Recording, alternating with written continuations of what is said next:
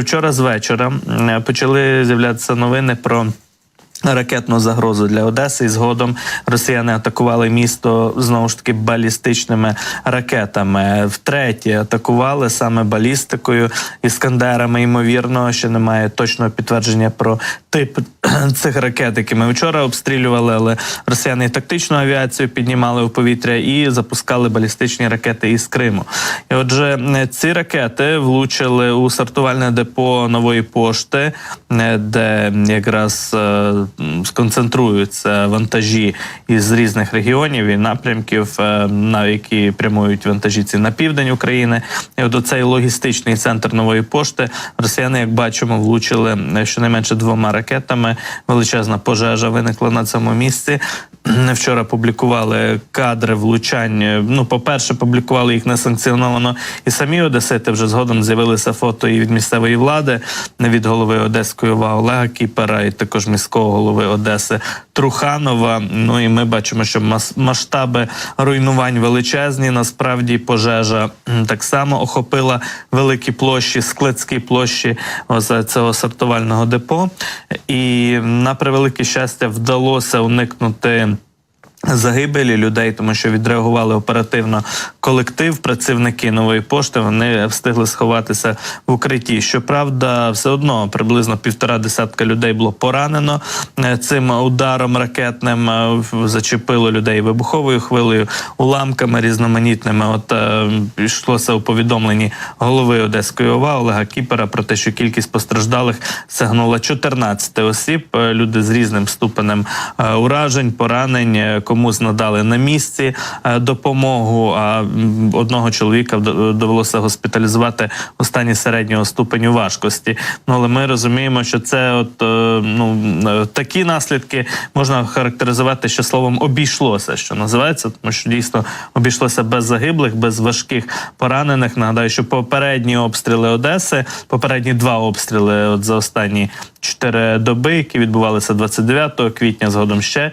через день росіяни били балістикою, саме іскандерами по Одесі. В тому випадку, в тих 2 випадках, на жаль, були випадки загибелі людей. 5, а згодом і 3 одеситів загинуло внаслідок тих обстрілів. Цього разу, на щастя, життя людей росіянам забрати не вдалося, але вони намагалися це зробити, адже били по, зокрема, місцю, де працює великий колектив Нової пошти, де так само люди перебувають постійно, і очевидно, що цей навмисний обстріл такого об'єкту мав на меті також і забрати життя людей, і максимально зашкодити і одеситам, і самому місту. Отже, правоохоронці вчора зафіксували цей черговий злочин росіян. На місці, як бачимо, працювали усі необхідні служби, пожежники відреагували оперативно, аби загасити пожежу і максимально локалізувати і ліквідувати наслідки цього удару.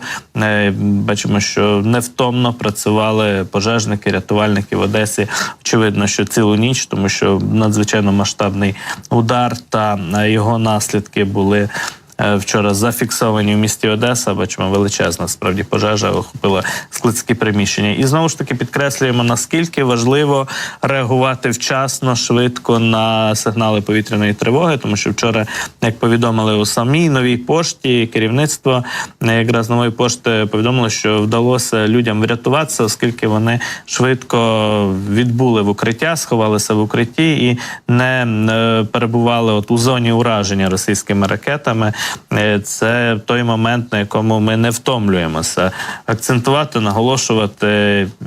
Власне кажучи, загроза від шахедів, від ракет зберігається в усіх наших містах і регіонах. Ну, такі міста, як Харків, Одеса, Запоріжжя та інші, особливо, бачимо, перебувають під ударами росіян. Тому важливо, якщо чуєте сигнал тривоги, бачите таку інформацію, реагувати на нього негайно абсолютно. Отже, якраз реакцію підприємства Нової пошти ми бачимо зараз.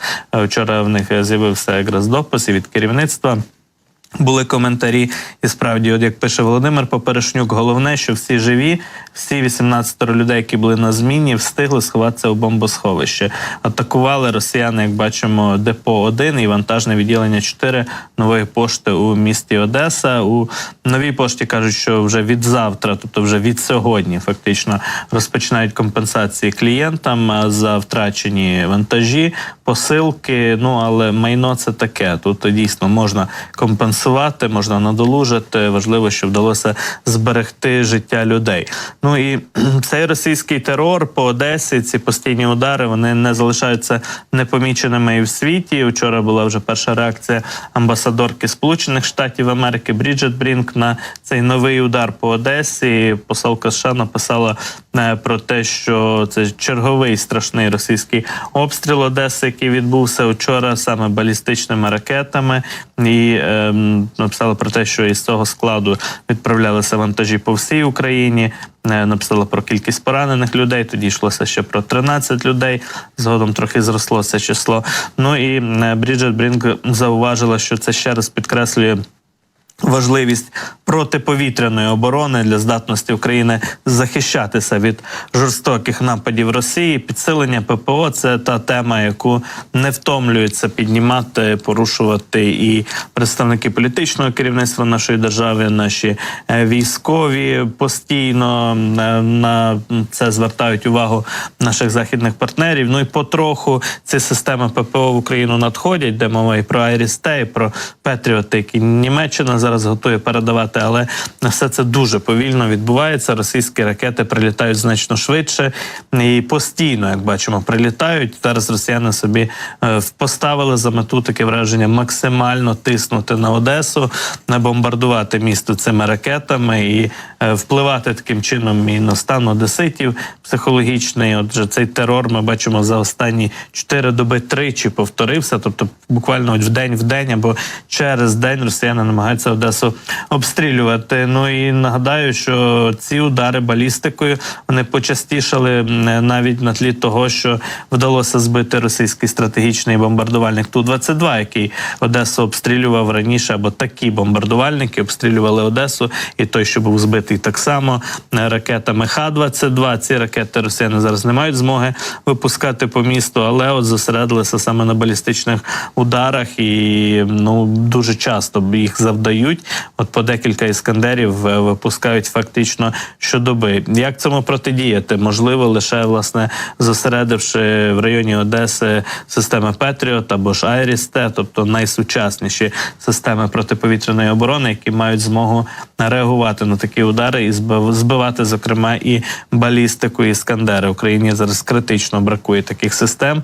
Тому ведеться робота для того, аби їх стало більше, аби із західних країн надійшли Петріоти, зокрема в Україні, принаймні 5 або 7 систем, про які зараз іде мова, йдуть перемовини, щоб це відбулося.